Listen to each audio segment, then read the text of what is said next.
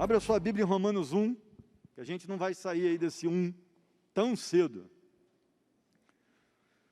Romanos 1, e é interessante que a próxima mensagem, hoje eu vou pregar aí de 1 a 8, mas a próxima mensagem vai ser em cima dos versículos 5 e 6, é só para você ter uma noção. Ela já está praticamente pronta, já está quase pronta. Mensagem 3, Romanos capítulo 1, versículos 1 a 8, considerações em Romanos.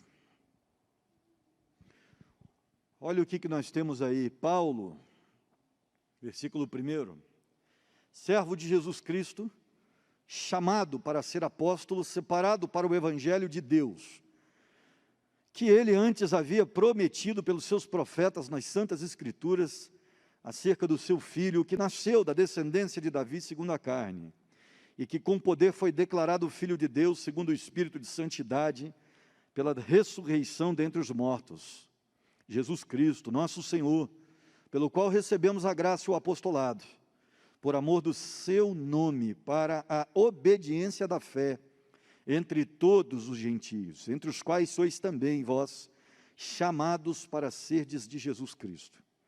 A todos os que estáis em Roma, amados de Deus, chamados para serdes santos, graça a vós e paz da parte de Deus nosso Pai, do Senhor Jesus Cristo.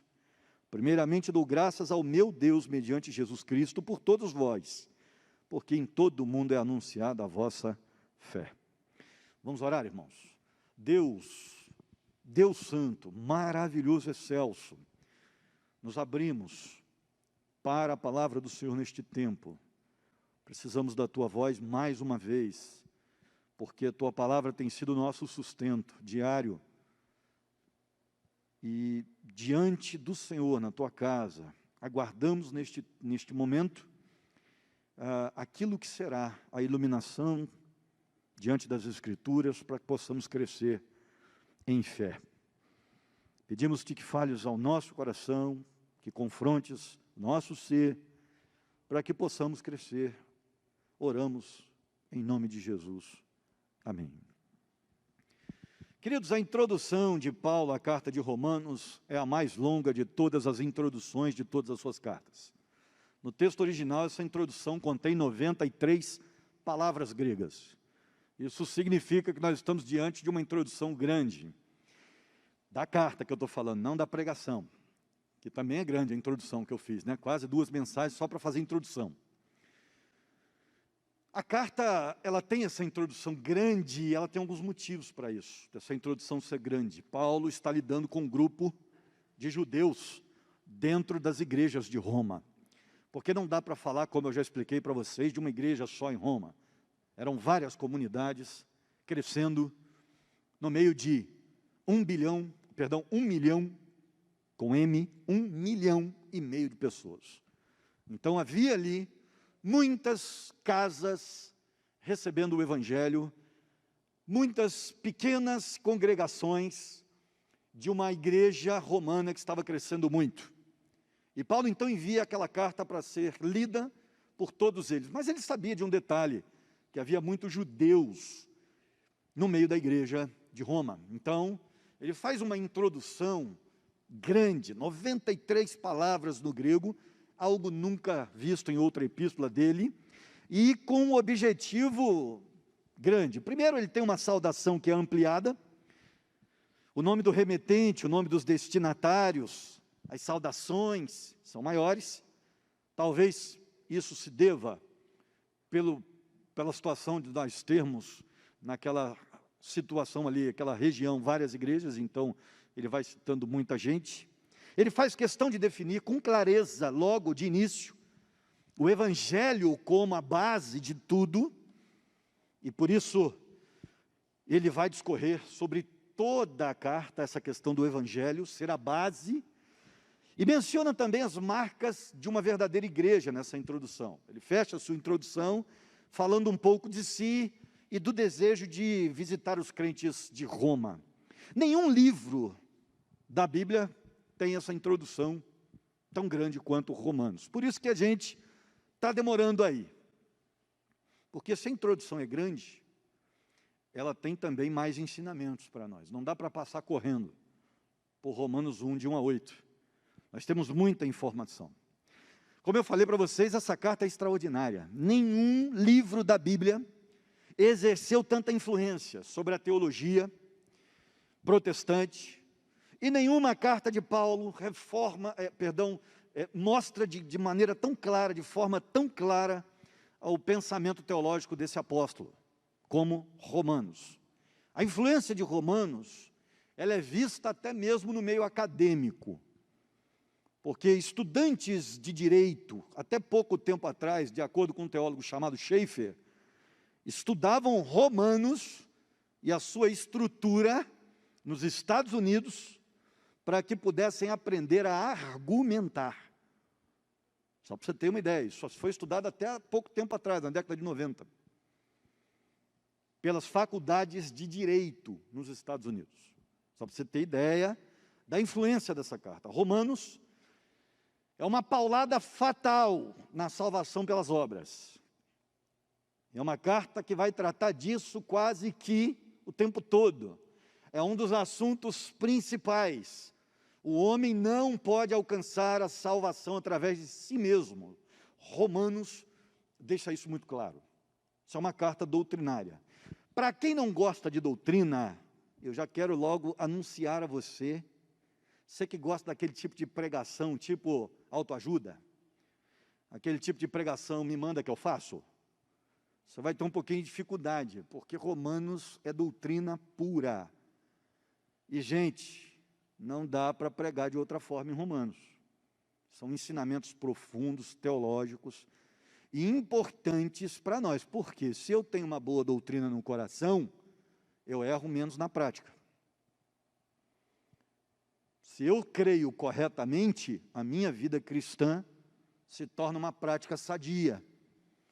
Romanos foi escrita para tirar dúvidas teológicas. Não é o primeiro objetivo da carta, não é, mas existe muita teologia envolvida, muita doutrina. E por isso tem muita gente que não prega em Romanos. Porque Romanos é ensinamento puro e não tem como a gente fugir disso. Não dá para eu pegar uns versículos desse aqui de 1 a 8 e falar, né, que o crente é poderoso, simplesmente. Vamos lá e vamos, que a gente avança. Não, tem muita coisa aqui inserida, tem muito termo usado por Paulo que tem significado profundo aqui. No século XX, por exemplo, mais precisamente em 1918, nós temos assim um outro fato significativo que envolve Romanos, que foi a publicação do comentário de um teólogo chamado Karl Barth sobre Romanos. Eu comprei esse comentário. Ele é mais grosso que essa Bíblia que está aqui. É um comentário denso, assim. Estou lendo, acompanhando Karl Barth à medida em que preparo as mensagens. Porque tudo que eu estou lendo assim. Eu vou ler até o comentário do versículo 8. Só que existem dois comentários, que é o do Karl Barth e do Lloyd Jones, que até o versículo 8, você lê, juntando os dois, quase 1000 páginas. Eu falei para vocês que eu li quase 2000 páginas só de introdução a Romanos. Só para começar o versículo 1. Então tem muito material bom, denso, gostoso de Romanos. E Karl Barth lança esse comentário, que foi assim uma espécie de granada no pátio dos teólogos. Porque tirou assim a paz dos teólogos momentaneamente. Porque os teólogos estavam muito assim descansados no que dizia a respeito à teologia, até Karl Barth lançar esse comentário. Porque Karl Barth obrigou muita gente a pensar a partir dali. É um comentário muito gostoso. Ele é conhecido como o escritor mais prolífico protestante do século XX e combateu o liberalismo teológico. E esta é uma dos seus comentários mais importantes sobre essa questão. Barth, lá atrás, já nos avisava que a igreja ia se tornar o que ela se tornou hoje.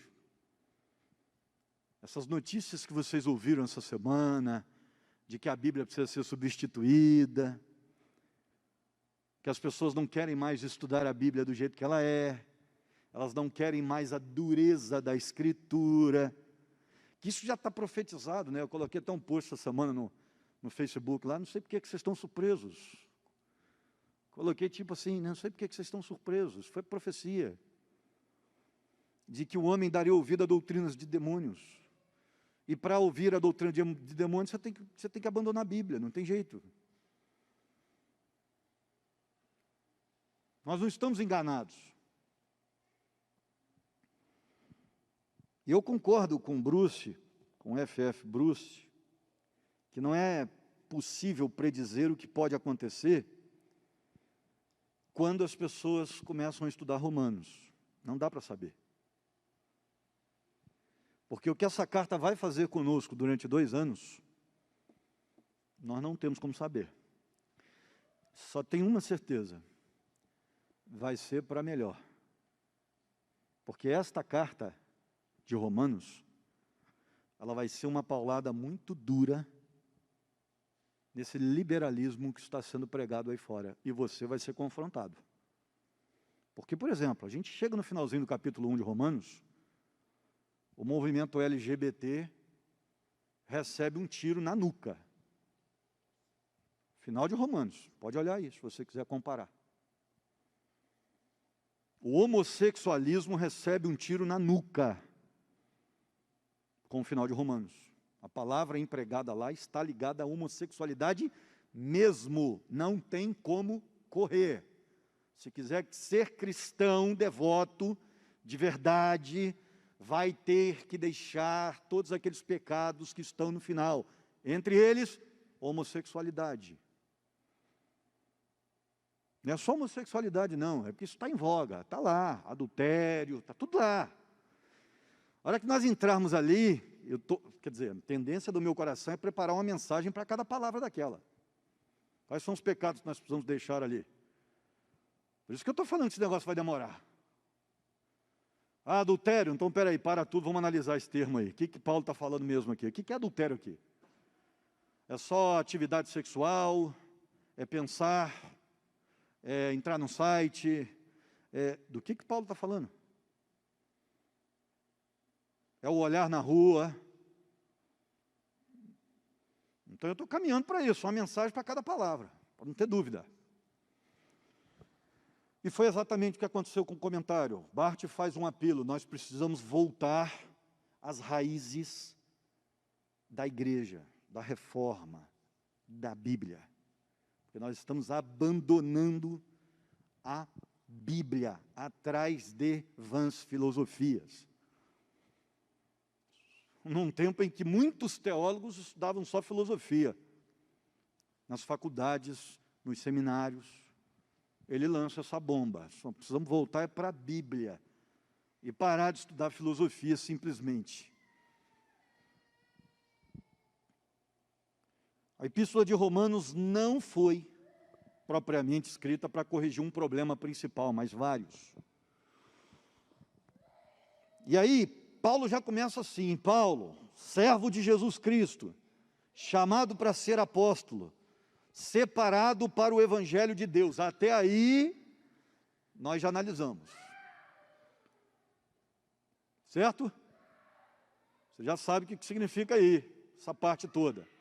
Aí o versículo 2 vem e diz assim: que ele antes havia prometido pelos seus profetas nas santas Escrituras. Paulo está dando características do Evangelho. Se eu pudesse dar um título a essa mensagem, eu diria: características do Evangelho de Cristo, ou características do Evangelho, porque é disso que ele está falando. E a primeira coisa que ele deixa muito claro aí é que o Evangelho, preste atenção, essa é a primeira lição de hoje, dessas duas que nós vamos elaborar agora de manhã. Eu fico pensando no Henrique aqui. Henrique, deu tempo de ler a mensagem? Deu? Ele deve estar pensando assim: 2 mensagens, mas eu li 6. É porque não dá tempo de pregar tudo, né? Eu lanço a mensagem lá e vou pregando enquanto dá. Mas aí eu aborto o resto e deixo para a próxima mensagem. O pessoal de Libras sofre aí comigo, né? Porque eu mando lá 6 lições e prego 2. Aí na semana que vem eu volto de onde eu parei. Aí, se for o Henrique mesmo, ele vai estar adiantado. Já adiantou o trabalho dele. Mas é isso aí. Primeira coisa é que o Evangelho não é um acidente de percurso. Tem gente que interpreta o negócio como se fosse assim. Deus criou o primeiro casal bonitinho, colocou lá, só que ele não sabia. Você diz assim, tem gente que pensa isso, pastor? Claro, o nome disso é teísmo aberto. Só que Deus não sabia que Adão e Eva iam pisar na bola. O projeto estava legalzinho. Mas, de repente, veio Eva, com aquele sintoma clássico do século 21, desejo de ter o que não é para ela. Isso é da humanidade, não é da mulher, não, isso é da humanidade. Estava ouvindo um palestrante esses dias, estava dizendo que o problema do homem é justamente esse, né? Ele compra o que não pode, com o dinheiro que não tem, para mostrar para quem não gosta. Eu achei a frase muito interessante. Pois é, Eva olha e fala, esse negócio é maneiro, hein? Deus falou para não tocar não, mas eu estou achando que ele está querendo segurar esse negócio desse prazer aí, só para ele, eu quero participar disso aí. E aí então a humanidade começa a desenvolver uma coisa chamada pecado, por conta da desobediência de Adão e Eva. A partir desse momento, alguns vão dizer, Deus não sabia que ia dar tão errado. E aí ele começa a criar o plano B. O nome disso é teísmo aberto. Ah, mas peraí, Deus não sabe de todas as coisas? Para o teísmo aberto, sabe. Mas a vida de Deus, a grosso modo, é assim que o pessoal interpreta, a grosso modo, a vida de Deus seria muito sem graça se ele já soubesse de todas as coisas. Então, o que ele faz? Ele, a si mesmo, se priva do futuro.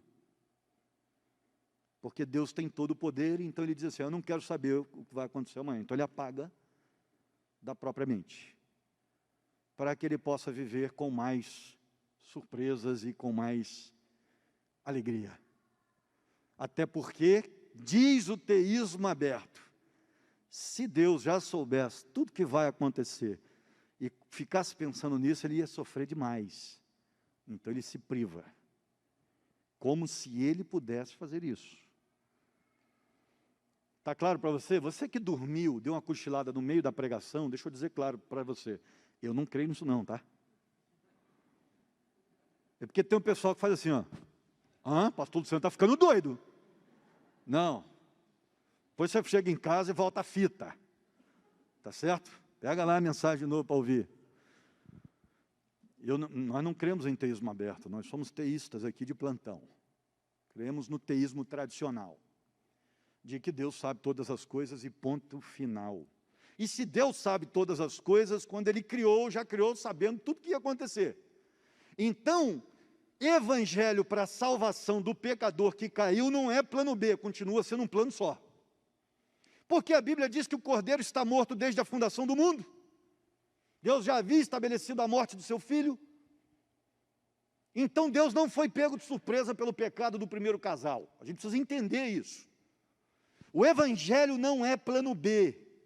Nas palavras de Ehrman, o Evangelho não é invenção humana, é uma revelação celestial, gloriosa, divina. Cranfield vai dizer que a mensagem da Boa Nova de que Paulo deve proclamar é a palavra autorizada de Deus. Sua fonte não é outra, senão o próprio Deus, que já sabia tudo o que iria acontecer, e inclusive da necessidade do Evangelho para a humanidade. Então, não é uma mensagem humana o Evangelho, é a palavra de Deus em ação. É um Deus presente, que a teologia chama de imanente, alguém que está presente, que faz questão de participar, e que, sabendo que o homem cairia, ele faz questão de estar presente. O Evangelho é uma mensagem de que Deus está presente com você no dia a dia. Ele age na sua criação. Ele age, que a Bíblia diz que das crianças é o reino de Deus, ele age na sua infância. Ele age na sua juventude, quando você começa a ter percepções da vida, concatenações do seu interior, você começa a imaginar o que você vai ser, o que você quer de vida, o que você vai fazer. E ali, na sua juventude, na sua infância, Deus já começa a se revelar a você através de uma coisinha chamada de graça preveniente. Deus já começa a trabalhar no seu coração, se revelando a você, mostrando a você a espiritualidade das coisas, a importância dos valores. Deus usa a sua família para isso. Muitas vezes é um tio, é um pai, é uma mãe, que às vezes tem uma fé ainda cega, que não conhece muito bem, mas já começa ali a introjetar, falar, colocar no seu coração princípios sagrados. E Deus, porque a Bíblia diz que o Espírito Santo convence da justiça, do pecado, da justiça, do juízo. E Deus então começa a trabalhar no seu coração necessidade de arrependimento, concepção de pecado. Até um dia que você diz assim: estou convencido. Deus tem falado ao meu coração, não dá mais para viver assim. Eu quero. E até esse quero é com a ajuda de Deus. Porque sem a ajuda de Deus, você não conseguiria nem perceber a necessidade. Nem perceber a necessidade. A decisão é sua, mas é com a ajuda de Deus. Não se esqueça disso. É igual o que está acontecendo na pandemia agora. Tem muita gente aí na live escutando pregação, ouvindo. Espera aí, eu preciso voltar. Estou me afastando de Deus. Você acha que a pessoa faz isso por ela mesma? Claro que não. O Espírito Santo trabalha incansavelmente convencendo os homens do seu pecado, da sua justiça, do seu juízo. Eu escutei uma pessoa, ela ligou para mim e falou: pastor, eu estou afastado aí da primeira, mas eu quero voltar, porque uma coisa eu percebi, nessa pandemia a vida é muito frágil, eu não quero partir sem Cristo. Percebe isso? Isso não é homem nenhum que faz, isso é Deus quem faz.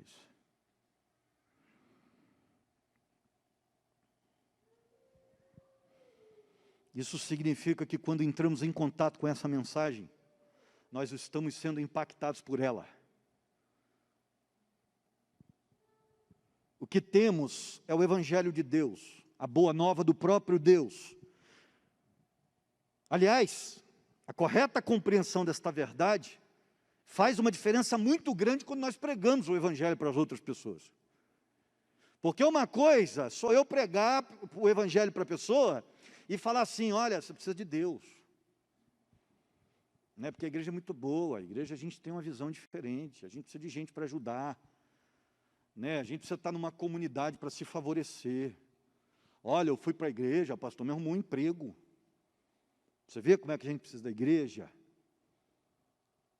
Isso é uma coisa. Outra coisa é você pregar dizendo assim: olha, o Evangelho transformou o meu coração, o meu interior. Eu era uma pessoa até me encontrar com Cristo, agora eu sou outra. E você precisa ser transformado por Jesus. Isso é muito diferente, você não acha? Porque a primeira, a maçonaria faz. Esse negócio de autoajuda, o grupo se ajuda, a maçonaria faz isso aí. Mas a maçonaria não tem o Evangelho que salva, que transforma o interior, a pessoa por dentro. Não tem. Eu não quero, querido, uma cesta básica simplesmente. Eu não vim para a igreja para receber um apoio social. Não, eu vim para mudar de vida, porque eu estava cansado de usar droga e fazer minha mãe chorar. E estava cansado de tentar vencer e não conseguir. Então eu vim porque eu precisava do poder de Deus, que transforma o interior, e não de ajuda social.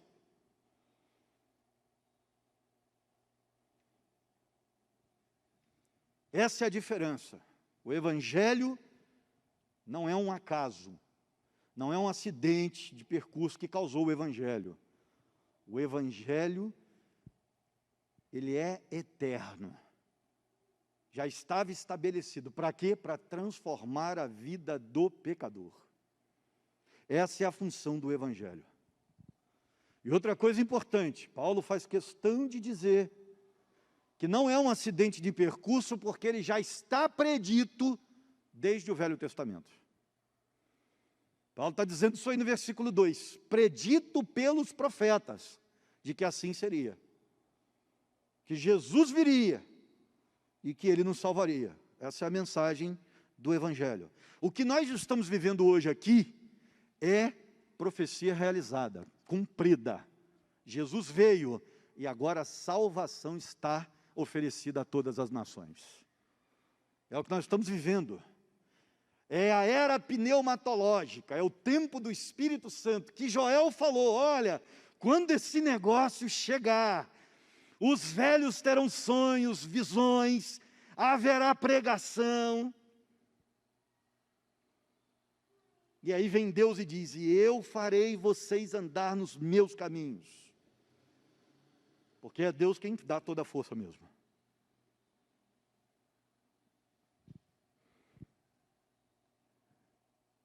O evangelho que Paulo anuncia é aquele prometido pelos profetas do Antigo Testamento e revelado pelos apóstolos no Novo. Na visão de John Stott, o evangelho de Deus tem duplo atestado de autenticidade. Ele é atestado pelos profetas do Velho Testamento e pelos apóstolos no Novo Testamento. Os dois dão testemunho de Jesus. E é bem conhecida a declaração de Aurélio Agostinho, quando ele disse, na história da igreja, o Novo Testamento está oculto no Antigo Testamento, e o Antigo Testamento está revelado no Novo. E só é necessário que você leia Hebreus para entender isso. Você não precisa ler mais nada. Hebreus é a junção de Velho e Novo Testamentos. Por quê? Porque o que estamos vivendo agora é profecia no Velho. Nós iríamos viver esse tempo. Ou seja, nós não estamos aqui seguindo uma novidade, irmãos. É isso que eu estou querendo dizer para vocês. Nós estamos seguindo o plano exato de Deus. O Evangelho é parte do plano exato de Deus para a humanidade. Nós não precisamos de atualizações. Nós só precisamos do Evangelho. O velho e bom Evangelho. Bíblia não tem que ser atualizada. Sabe por quê? Porque Deus não erra. Como Billy Graham já dizia, a Bíblia é mais atual do que o jornal que vai sair amanhã de manhã. Não se atualiza a Bíblia. Entenda isso de uma vez por todas. Ah, mas foi o fulano famoso que disse. Não interessa. O que importa é o que Deus diz. E a palavra, seca-se a erva e cai a sua flor. Mas a palavra de Deus permanece eternamente. Eu passei por estudos em faculdades que tentaram diminuir a minha fé. Mas eu olho para a humanidade e a minha fé só aumenta. Porque eu não tenho surpresas na humanidade. Por que eu não tenho surpresas? Porque a Bíblia predisse cada ato desse que está acontecendo. Eu não vou acreditar em homens que passam. Eu vou continuar acreditando no velho e bom Evangelho. Porque é o Evangelho de Deus. O que temos nas mãos, quando nós seguramos a Bíblia do Senhor, é o poder de Deus, que sempre esteve no coração de Deus para nos abençoar. É a palavra de Deus. Então, muito cuidado com aquilo que você anda escutando por aí. Paulo queria muito que os romanos entendessem essa verdade. Ele até repete isso ao final da carta, sabia? Abra sua Bíblia em Romanos 16, quero mostrar um detalhe para você. E eu estou caminhando para o fim. Ô Henrique, vou pregar só o primeiro, tá, Henrique? Não vai dar tempo para pregar o outro, não. Hoje tem ceia. Eu mexo com o Henrique e quase morre do coração. Ah, Fabinho, é muito vergonhoso, cara. Ele fica louco ali comigo. É ele e o Edu, para mexer com os dois. Ei, Martinelli, puxou você não, esse aqui não, puxou a Del. Romanos, capítulo 16, dá uma olhadinha a partir do versículo 21, olha o que Paulo diz aí. Saúdam-vos Timóteo, meu cooperador. Toda vez que eu leio Timóteo, eu penso no Clécio. Não tem jeito, eu entendo exatamente o que Paulo está escrevendo aqui, o sentimento que ele tem, né? Saúdam-vos Timóteo, meu cooperador, e Lúcio, e Jason, e Sosípatro, rapaz, nome bonito para você botar no seu filho. Meus parentes, eu, Tércio, que escrevo esta carta, vos saúdo no Senhor. Olha, como é que é isso? Gente, Paulo estava quase cego. Ele já não escrevia nada, ele precisava de um escrivão. Tá? Então, Tércio, que era o cara da caneta, Paulo ia ditando, ele ia escrevendo. Tá? Então, Paulo ditou a carta. O autor, vamos dizer assim, escriturístico é Tércio. Saúda-vos Gaio, hospedeiro meu e toda a igreja. Saúda-vos Erasto, tesoureiro da cidade, e também o irmão Quarto. A graça de nosso Senhor Jesus Cristo seja com todos vós. Amém. Ora, aquele que é poderoso para vos confirmar, segundo o meu evangelho e a pregação de Jesus Cristo, conforme a revelação do ministério guardado em silêncio desde os tempos eternos. Preste atenção agora, mas agora manifesto, e por meio das escrituras proféticas, segundo o mandamento do Deus eterno, dado a conhecer a todas as nações para a obediência da fé. Se você prestar atenção nesse versículo, você vai perceber que são praticamente as mesmas palavras que nós temos aí nesse miolinho, entre os versículos 2 e 7 de Romanos 1. Ao único Deus sábio seja dada a glória por Jesus Cristo para todos sempre. Amém. Paulo coloca no começo e coloca no final a ideia de que o Evangelho foi profetizado desde o Velho Testamento pelos profetas. Ou seja, ele reitera. Por que ele reitera? Por que ele repete? Porque ele quer que nós jamais nos esqueçamos disso. O Evangelho é o plano de Deus. E sempre foi. E se sempre foi, deixa eu dizer uma coisa para você guardar. Não existem outras manobras que possam ser feitas. Não tem outros projetos. Não há outra maneira de transformar as pessoas e salvar as pessoas da perdição. Continua sendo a pregação do bom e velho Evangelho. Não adianta que você não vai salvar sua mãe com filosofia. Ela não vai se tornar uma pessoa melhor com outra coisa que não seja o Evangelho. Quando nós falamos de pecado, não tem como fugir disso. Então, irmãos, nós precisamos pregar para as pessoas que estão ao nosso redor. Esse é o projeto. É o único. Você conhece aquela historinha antiga, que chega até a ser assim, clichê entre os evangélicos, de Jesus chegando ao céu e o anjo perguntando: e aí, então, fez tudo, né? Ficou lindo, eu participei, eu vi daqui, que coisa linda. Mas e aí, se não der certo, o que a gente vai fazer? Qual é o plano B? Você não tem plano B. Esse é o único que a gente tem. Essa historinha é velha, eu me converti usando, eu já escutava isso quando eu me converti. E provavelmente quem pregou também já escutou na infância, para mim, né? Quando pregou para mim, já tinha escutado na infância. É clichê entre nós, mas é uma realidade. Não tem plano B, não tem como salvar ninguém sem o Evangelho. Não se esqueça disso. Paulo queria deixar claro para os judeus que estavam presentes ali que Jesus havia sido profetizado no Velho Testamento. E que aquele Jesus pregado por ele era o mesmo profetizado, o Messias profetizado lá no Velho Testamento. Ele não estava rompendo com o Velho Testamento, não. Ele estava dando continuidade. Só começou no Velho. E agora nós temos o cumprimento disso, que depois, mais tarde, vai se tornar o Novo Testamento. Ele queria deixar isso claro. E é por isso, irmãos, deixa eu dizer uma outra coisinha sobre essa questão. Estou caminhando para o final. Vê se acorda aí. Vai lá. Força, meu irmão. Garra. Nós não podemos abandonar o Velho Testamento, tá? O Velho Testamento não é um livro arcaico. É bom que você entenda isso. Nós não temos dois livros, Velho e Novo Testamento, nós temos um livro só, que precisa ser interpretado de acordo com o seu contexto. Nós precisamos entender as duas fases que existem dentro da Bíblia. A fase tipológica, que muita coisa que acontece no Velho Testamento é um tipo de Cristo. É um tipo para Jesus, que viria depois. Quer ver um exemplo disso? Aquele cordeiro que era morto lá, para o pecador receber perdão. O animal mesmo. Era um tipo de Jesus, que viria para morrer por todos. Então, o Velho Testamento, você precisa ler o Velho Testamento na percepção de, primeiro, tirar a lição direta ali para a sua vida, o que aquilo me ensina, mas também olhando lá para frente, porque isso aqui muitas vezes prenuncia a obra de Jesus que virá lá. O Velho Testamento é uma espécie de propedêutica da matéria da salvação. É uma introdução à salvação que viria.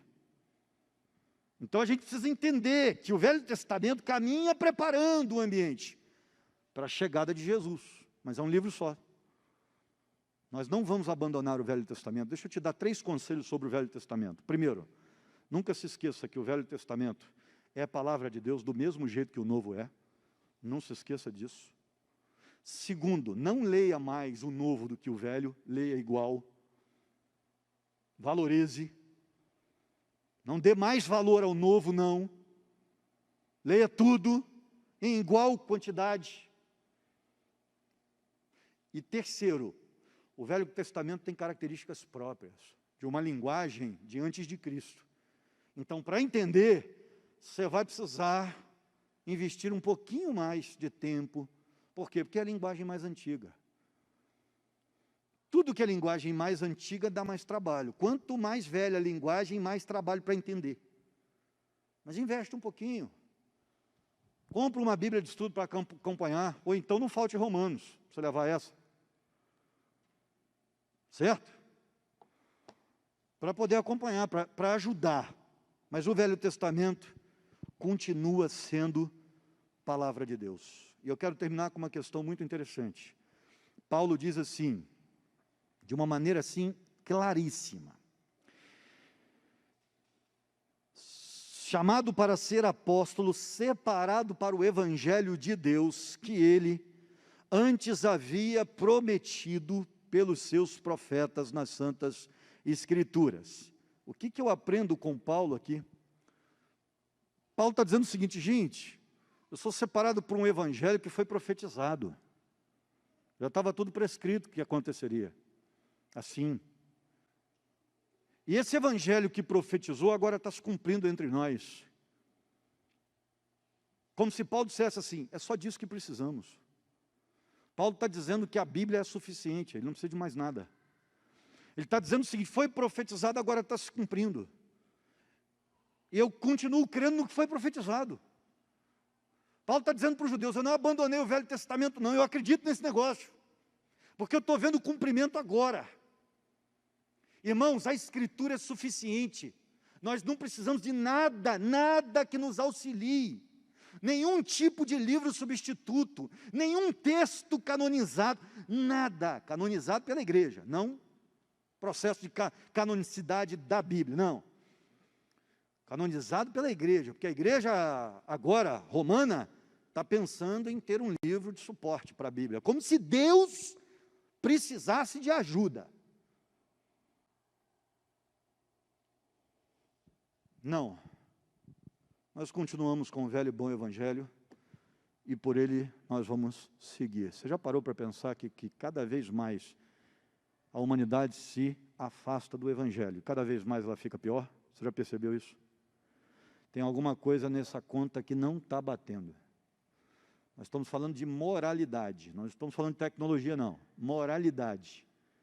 Quanto mais o homem se afasta de Deus, mais ele prejudica a sua família, os seus filhos, a sua vida.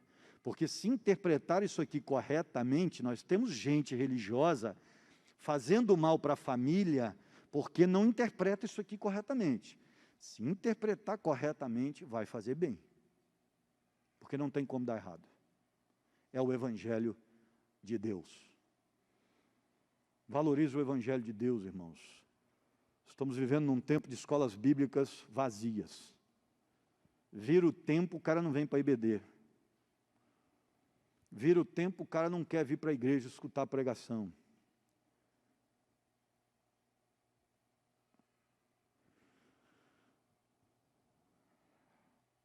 Cuidado com o que você está fazendo com a sua vida, porque no final das contas é a sua vida.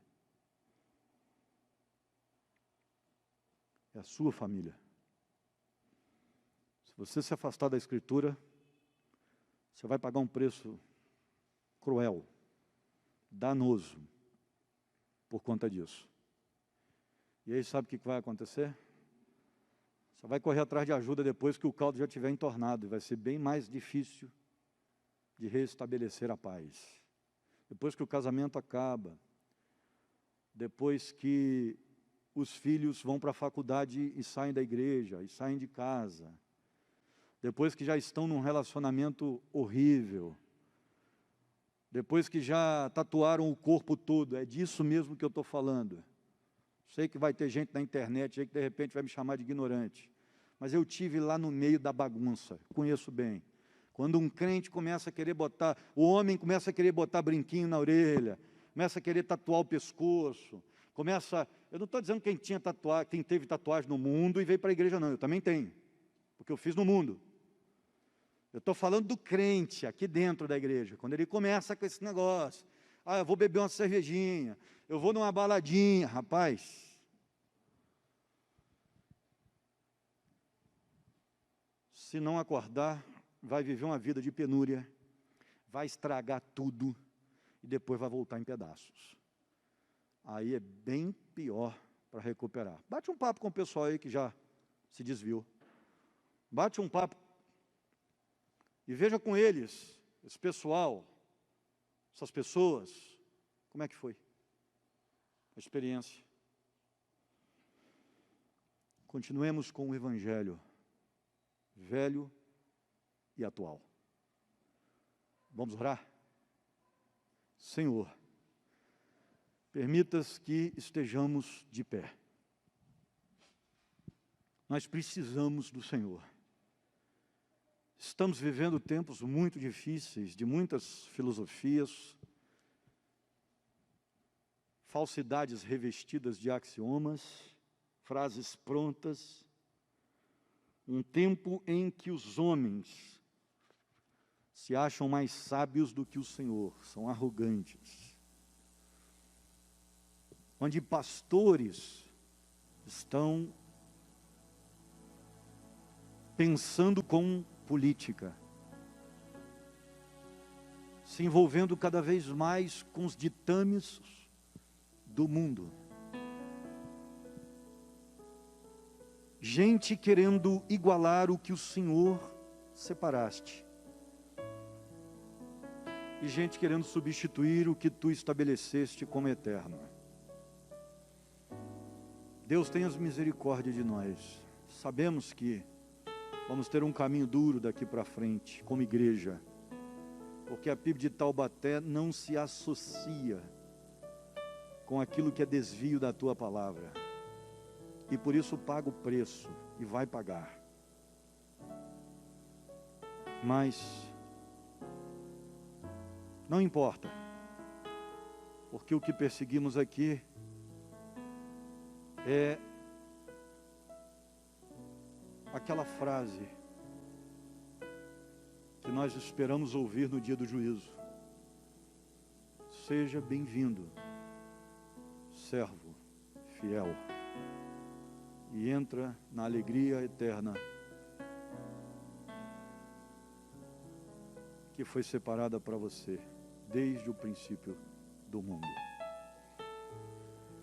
Nós apenas queremos te agradar, Deus, como igreja, que tu tenhas misericórdia daqueles que estão desviando a tua igreja,